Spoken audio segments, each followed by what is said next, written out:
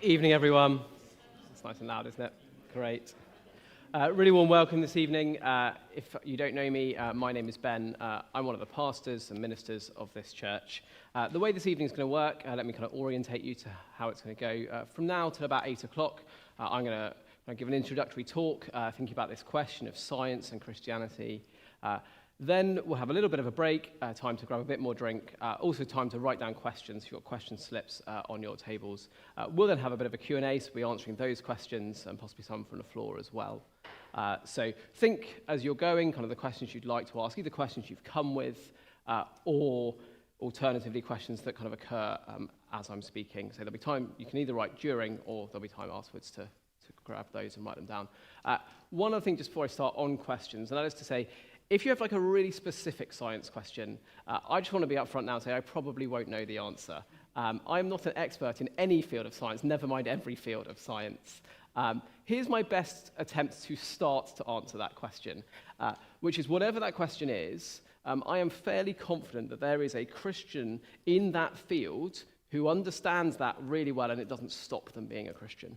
That isn't the end of the discussion about those questions, but it is to say, in and of itself, those things won't prevent someone becoming a Christian because I've got a list of them actually here. There are Christians in every academic discipline and very high up in most of those disciplines, including every area of science. So that is just to say, feel free to ask the questions. I may well say, do you know what, I don't even understand half the words in that question. Never mind, I want to give a go at answering it. If I do that, do come grab me afterwards. Or come grab me with your question afterwards anyway. I'm happy to point you in the direction of kind of further resources that might be helpful on those specific things.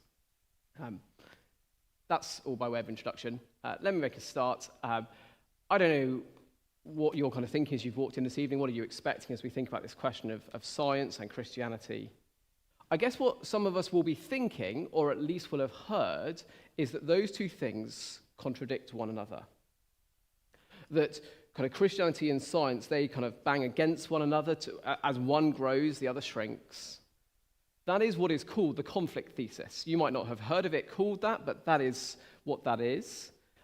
It's worth saying the conflict thesis, this idea that Christianity and science are in conflict with one another, is a relatively modern idea.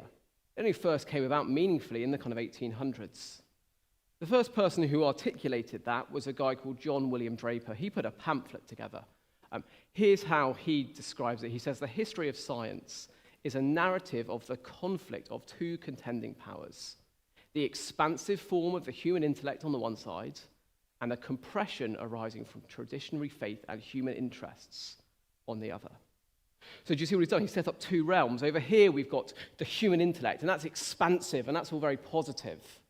And over here we've got faith and human self-interest, and this is kind of compressive, and this is stopping this from really developing. It's worth saying that pamphlet that he put out, nearly everything else in that pamphlet has been utterly discredited. It was full of complete falsehoods, start to finish. But this thesis has grabbed and caught the popular imagination. If you talk to a lot of people, they will say that they think that Christianity and science can't work together. I don't know how you perceive church and what walking into a church might mean. But maybe you think that scientists who are Christians, kind of what they do is they walk up to church and they get to the door of church and it's almost like they take a switch in their brain and they just turn it off and they stop thinking and they come and they enjoy church for an hour or so and they feel warm and fuzzy inside and then they go back out, they turn the switch back on and they can go back to being a rational person again. I don't know if that's how you think, but that is how a lot of people often think how scientists can be Christians. There can't be any other way. There can't be any rational reason for it. My aim this evening is to try and convince you that is not true. It is not true that you have to switch off your brain to be a Christian. I want to try and convince you that Christianity is not anti-science and that science is not anti-Christianity. We're going to do that as we ask three questions. Here's the first. Does Christianity suppress science? That's basically the John William Draper theory, the theory that science is expanding but religion is constantly seeking to suppress it. For those kind of narratives to grab the popular attention, what they normally need is a kind of archetypal story, a hero narrative. And we have that, don't we? It's Galileo. We've all heard the Galileo story. Let's give a quick recap of the Galileo story. Galileo discovers that it is the sun, not the earth, that is at the center of the solar system. And he puts forward his thesis, and the church don't like it because, no, the Bible says the opposite. And so what the church does is it suppresses Galileo, and it tries to get rid of the science and ignore the science and fight against the science, and it imprisons Galileo, and it punishes him for just following the science. We've all probably heard that story. Tom Holland is a well-respected historian. He is the presenter of the Rest is History podcast, probably one of, if not the most successful podcast in the UK. Here is what he says about that story. That nothing in this narrative was true did not prevent it from becoming a wildly popular myth. The Galileo story, as we are told it, is just not what happened. Let me re-narrate the story for you. Galileo is a professing Christian, and he never ceases to be a professing Christian. The model that he's arguing against, the model that puts the earth at the center of the universe, isn't from the Bible, it's from Aristotle, who's a Greek philosopher who lives a few hundred years before Jesus. Galileo is arguing a position that indeed the sun is at the center of the solar system, but he's doing it based on flawed assumptions. He's doing it based on assumptions of circular orbits, which means that the science disagrees with Galileo. He might have got it right that the sun is at the center of the solar system, but every single other bit of his theory is wrong, such that the data fundamentally disagreed with his theory. And so, what the church did as Galileo put forward his theory is it got lots of other scientists together and it kind of said, okay, let's try and work this out. And all the other scientists were saying, no, Galileo's wrong. His idea doesn't fit the data. And the church followed the science. And you say, yeah, but they still excommunicated him and locked him up in prison. By prison, it was house arrest, and he lived in a relatively nice house and was allowed to keep doing science. But even then, the reason they lock him up is not so much because he's kind of putting forward this view, it's because of the way he puts it forward. Turns out Galileo is actually quite obnoxious. So Galileo wanted to put forward this view, and the Pope at the time said, yeah, that's totally fine. You go for it. You put forward your proposition. And so Galileo thinks, great. And he sets it up in the form of a dialogue. Two main characters, the kind of scientist, and another character whom Galileo labels simpleton. That's his name. And then he uses the Pope's exact words in the mouth of simpleton. So the Pope puts him in prison. It's a personality clash. It's not a science clash. You see, the idea that Christianity suppresses science comes in many ways from this narrative, but the narrative doesn't match the evidence. Instead, the reality is that throughout history, time and time again, science has been driven forward by people who believed in God and who often believed in the Christian God. Here is a list of people who did their science from a position of believing in God. And it reads a bit like a who's who from your GCSE science lessons. Francis Bacon, Johannes Kepler, Robert Boyle, Isaac Newton, Lord Kelvin, Pascal, Faraday, Pasteur, and we could go on and on and on. So many of the big scientists throughout Western history are those who have been those who believe in God. And they do their science based on their belief in God. So it's not that they do the whole switching off their religious brain and getting to work on their science thing. No, all of them in different ways articulate how they are doing their science driven by their belief in God. It is their belief in God that leads them to do their science.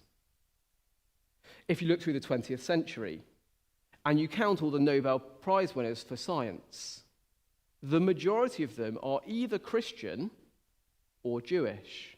That is, the majority of scientists who won Nobel Prizes in the 20th century did it based on a belief in God. The idea that Christianity suppresses science is just not true. Let's think briefly about one more person, a relatively modern scientist, a guy called Francis Collins. Francis Collins was the head of the Human Genome Project. He grew up in a non-Christian household. He wasn't religious growing up at all. He became a doctor before he went on to be a scientist, and after being a scientist, he then went on to be the health advisor to the American White House during COVID. Francis Collins became a Christian in his 20s as a scientist. And ever since then, he has done his science from a position of faith. The idea that Christianity suppresses science is just historically false. So the second question, if Christianity doesn't suppress science, does Christianity support science? And I use that word support in the sense of kind of foundations supporting a building. You need foundations for a building. I want to argue that you need science for Christianity for science to really make sense. Historically, Christianity supports science in the sense that science grew out of Christianity. We've seen that with a lot of those names. Also, if you just trace through the history, where do most scientists come from? Universities, which were Christianly set up originally, and monasteries. I don't know if you ever had this at school. You're kind of in a science lesson and you're learning about some scientist from the past, and you're told they're a monk. And you're a little bit like, that's a bit weird. The thing is, it's not weird. It makes perfect sense because science grew out of Christian assumptions. Let me try and show that to you logically. There are two, at least, basic things you need to believe in order to do science. The first is this. The first is that the universe is ordered. You have to believe the universe is ordered, that there is truth, that there is order, and that order can be discerned. And it's interesting how we often talk about that order, isn't it? We talk about the laws of nature. Where else do we talk about laws without a lawgiver? The answer is nowhere. Wherever there is law, there is lawgiver. C.S. Lewis puts it like this. The quote's going to come up on the screen. Men became scientific, read men and women, because they expected law in nature. And they expected law in nature because they believed in a legislator. You have to believe the universe is ordered, and if there is no God, there is no reason for order.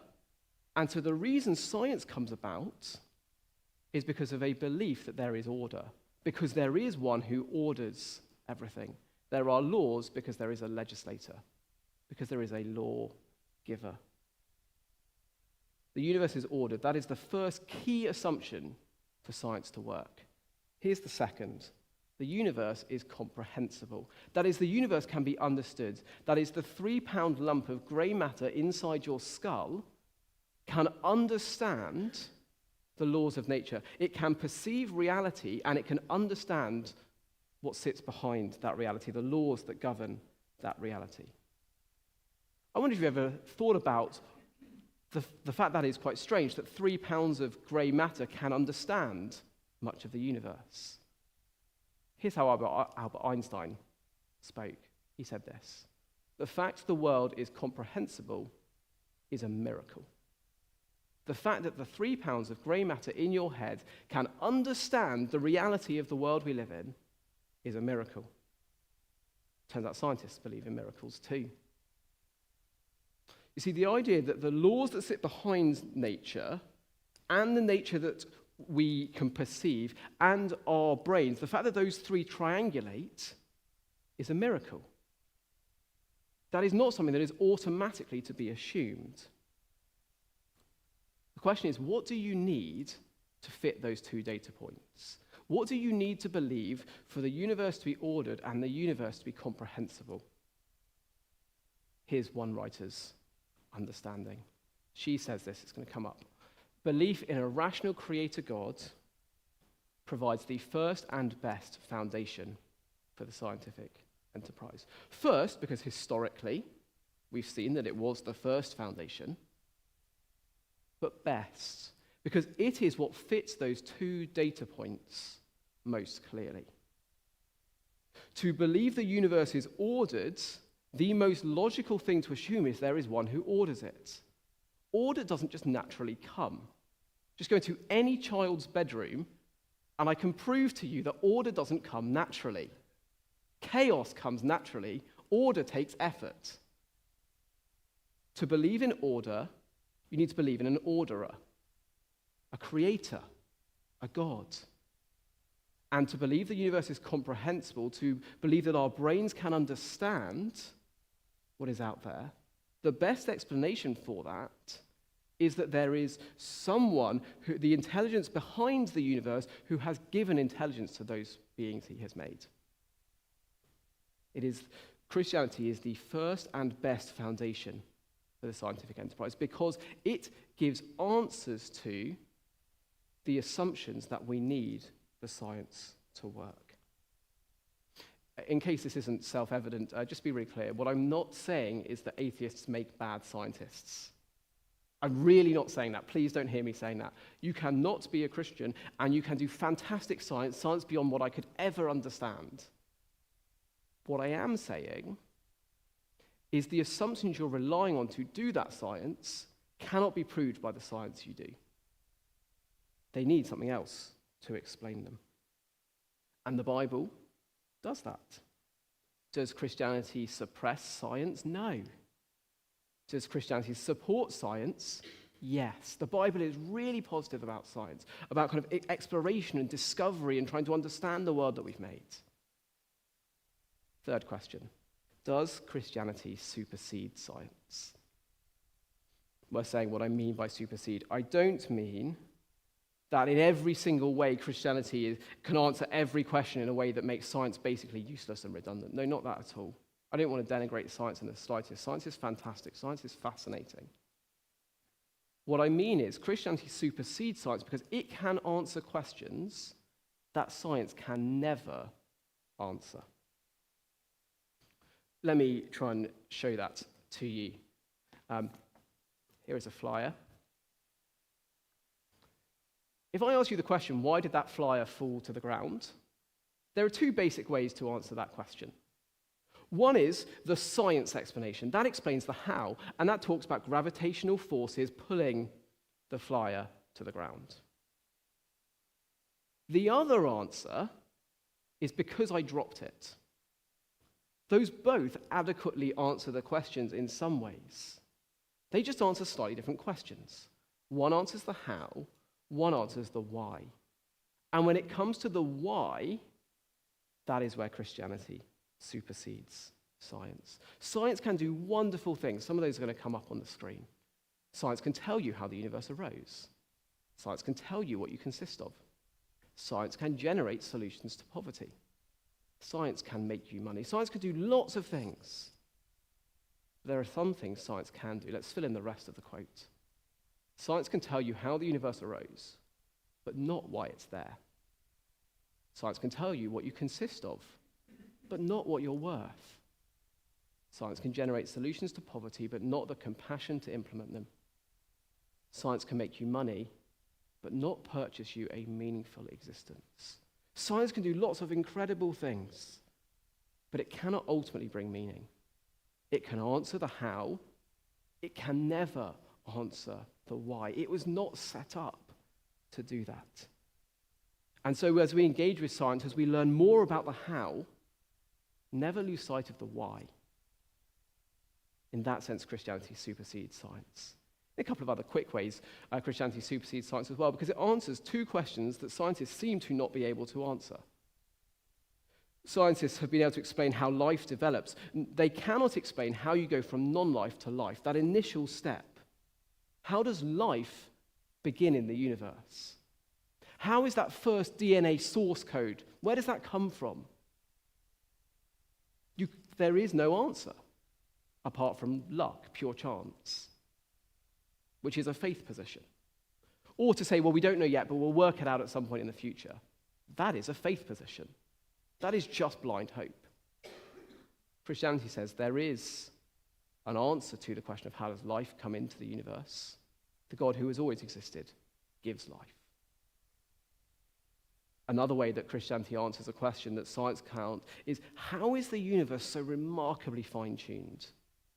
You can look at various things with this gravity. They say if it was out by 1 in 10 to the 60, the universe wouldn't be able to support life. And you go, 1 in 10 to 60 is a really big number. The probability is vanishingly small. You ask someone, what are the explanations? And basically, you either get pure luck. I don't fancy my chances on the pure luck model. Or you get a kind of multiple universes or multiple attempts at a universe for which there is no evidence. But, hey, that at least diminishes the unlikeliness. But that is a faith position. You are just believing in multiple universes because it seems to help answer a question you can't otherwise answer. Or you believe in a God, a fine-tuner, a designer who makes it. Christianity supersedes science because it answers the questions that science cannot answer. maybe you came here this evening and you thought the science of Christianity were opposed, or at least you've heard people say that and you wanted to understand, is it true? My hope is that I'm beginning to show you that it isn't true, that those two things do not stand in opposition to one another. Instead, they complement one another. It's not a suppression story, it's a support story. It always has been. And more than that, I hope I've showed you a story of superseding, a story of Christianity offering what science can never offer. Because it doesn't answer the how question, but it does answer the why question. The longings of our hearts to know the why. Christianity answers that. I've tried to convince you with history, I've tried to convince you with logic. Let me try one more time to convince you, this time with a story not my own, so no credit to me. I want to tell you about Betty the botanist. So Betty the botanist is an expert at botany. One day, she goes into her lab, and she finds on the side a specimen that Larry, the lab assistant, has left for her. And so she takes the specimen and she examines it under a microscope and she understands it in intricate detail. She maps its genome. She does all kinds of experiments on it. She really gets to understand this specimen. You could, in many ways, you could say she's an expert on understanding that specimen. The next day, Larry walks into the lab and Betty goes, "Larry, thank you so much for that wonderful specimen you gave me. It was so interesting. I spent all day and all night working on it." And Larry is utterly bewildered. And he says, "Betty, what specimen? What are you talking about?"